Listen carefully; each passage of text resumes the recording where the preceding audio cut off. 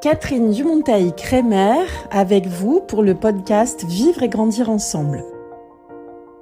Bonjour à tous. Aujourd'hui, je vais vous parler du départ des enfants parce que j'ai décidé de commencer à répondre à vos préoccupations.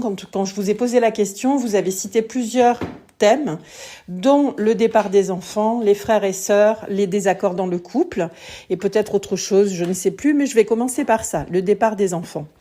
Je vais donc témoigner de comment ça s'est passé pour moi et j'espère que cela vous inspirera. Vous savez que j'ai vraiment été très orientée sur mes enfants parce que à la naissance de mon premier enfant, je me suis posé énormément de questions sur la violence éducative, ce que j'avais pu recevoir de mes parents. Et tout mon travail s'est orienté sur le soutien à la parentalité. Autant dire que finalement, peu à peu, j'ai créé mon métier, le métier de consultante en parentalité.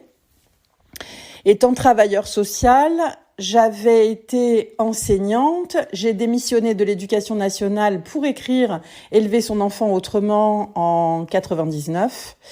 Et c'est un livre qui m'a beaucoup appris. En l'écrivant, j'ai partagé quelque chose que j'avais découvert, que je ne connaissais pas.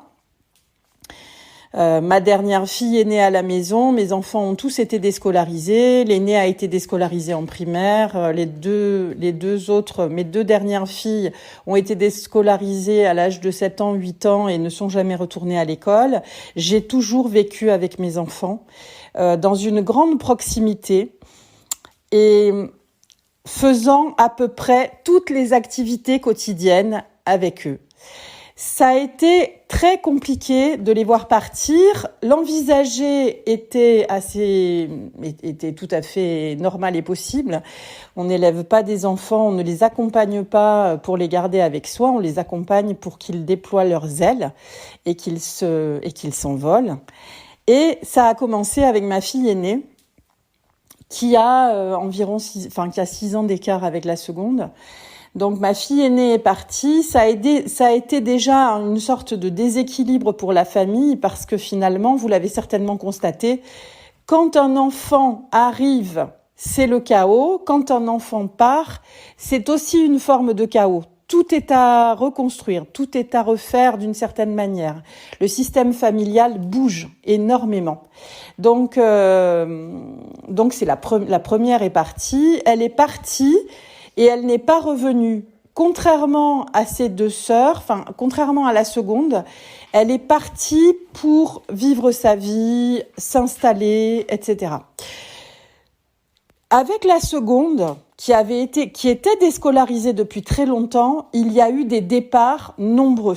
Elle a fait du woofing, elle a fait du helping, elle est partie très souvent à l'étranger ou chez des amis, plusieurs mois, voilà. Donc il y avait déjà ces espèces de, je dirais, d'aller-retour qui me familiarisaient avec un départ possible et proche. Et finalement, la seconde, je ne sais pas vraiment quand elle est partie. J'ai l'impression qu'elle a fait des expériences successives et il y a eu un moment où elle s'est installée à Lyon. Et quand elle a été installée, qu'elle a eu un appartement, j'ai considéré qu'elle était vraiment partie.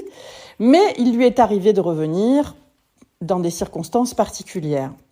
La troisième, c'était la dernière.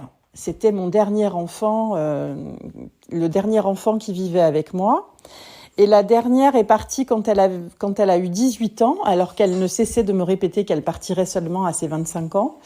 Elle est partie à 18 ans pour habiter avec son copain à 5 minutes de chez nous, je dirais à peu près. Ce qui fait qu'elle passait tous les jours pour me voir, non pas à ma demande, mais parce qu'elle en avait envie. Elle passait me voir, me dire bonjour, et puis voilà, prendre des affaires, faire des trucs, etc., etc. Donc pendant tout un temps, il y a eu ces allées-venues. Comment j'ai vécu le départ de la dernière ? Eh bien, je dirais que ça m'a brisé le cœur quand j'ai su qu'elle allait partir.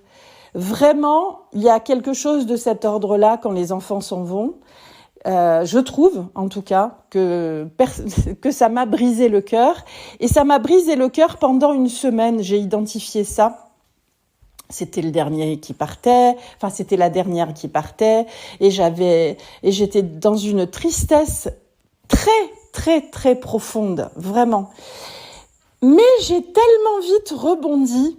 Et c'est ça qui m'a beaucoup étonnée, c'est-à-dire que au bout de 8 jours, je me suis sentie comme dans une situation de renaissance. Et c'est marrant parce que j'ai eu le temps quand même. Elle aussi, elle est partie, revenue la dernière. J'ai eu le temps de faire l'expérience de me retrouver toute seule et de me dire mais pourquoi j'irais au cinéma sans mes enfants, quel intérêt? Et pourquoi j'irais voyager sans mes enfants, mais enfin quel intérêt de voyager seule ou sans mes enfants pour partager. J'avais tellement l'habitude de partager tous mes gestes quotidiens avec mes enfants que ça m'a désorienté pas mal cette question-là. Mais quand la dernière est partie, je crois que j'étais mûre et j'avais fait de nombreuses expériences finalement d'être seule ou d'être avec des amis mais ça n'a rien à voir, c'est complètement différent. Et j'ai rebondi assez efficacement. Et ce que j'ai envie de vous dire, c'est que finalement, ce que j'ai remarqué, et avec mes enfants, on en a quand même pas mal discuté, c'est que plus on a de liens quand ils sont petits, je crois que plus on nourrit ces périodes où ils ont tellement besoin de nous. Mais nous aussi, finalement, je crois que ça correspond à une période de notre vie d'accompagner les enfants. C'est tellement important. Et c'est tellement central, même si les enfants ne sont pas au centre, ils sont toujours à la périphérie. Mais le fait de vivre avec nous, ça crée quand même des liens très intenses.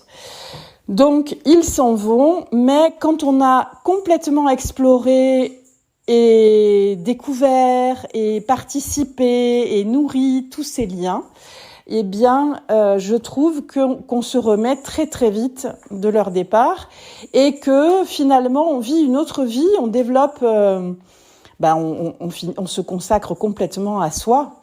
Et moi, c'est une situation que j'avais pas connue, de me consacrer à moi-même. En tout cas, pas comme ça, pas de cette manière-là. J'ai trouvé que j'avais de la chance de pouvoir faire ce que je voulais quand je voulais, ce qui était déjà le cas avant. Mais cela dit, là, je pouvais complètement m'immerger dans les choses qui me passionnent, comme mon boulot, l'apprentissage, toutes ces choses-là qui, finalement, qui sont souvent interrompues quand on a des très jeunes enfants. Quand ils grandissent, ça change, mais ils ont d'autres difficultés. Et ce que j'ai découvert aussi, c'est que je suis toujours parent. Je ne suis pas une jeune femme célibataire. Je suis parent et mes parents et mes enfants ont besoin de moi et mes parents ont besoin de moi, ont eu besoin de moi aussi. En tout cas, mon père est mort il y a une dizaine d'années, ma mère est toujours en vie, mais c'est une période de la vie où je trouve que après les enfants, il y a aussi les besoins des parents, et puis il y a nous. Qu'est-ce qu'on fait de cette période de notre vie ? Moi, je fais 1000 choses. J'avoue que j'adore ça. J'ai découvert que j'aimais beaucoup voyager seule. Et pourtant, j'en avais terriblement peur à une époque. Enfin, je me disais, mais qu'est-ce que je vais faire ? J'ai fait un premier voyage en Italie toute seule pendant une semaine et je me suis vraiment régalée dans cette situation. J'ai même une amie qui m'avait proposé de venir avec moi, qui voulait venir avec moi, et j'étais déçue sur le moment parce que j'avais tellement envie d'expérimenter cette situation de voyager seule. Et maintenant, je sais que je peux vivre sur mes deux pieds, ce qui n'était pas forcément évident finalement quand on est... Et en particulier une femme de ma génération, on a même élevé par une féministe, on est quand même passé un petit peu de la tutelle de ses parents à une vie avec un partenaire et puis un autre. Et enfin, moi j'ai vécu en couple avec des enfants pendant très très très longtemps. Et donc c'était quand même intéressant de faire l'expérience, de vivre seule et de constater que je suis complètement autonome. J'ai pris moi aussi mon envol, figurez-vous.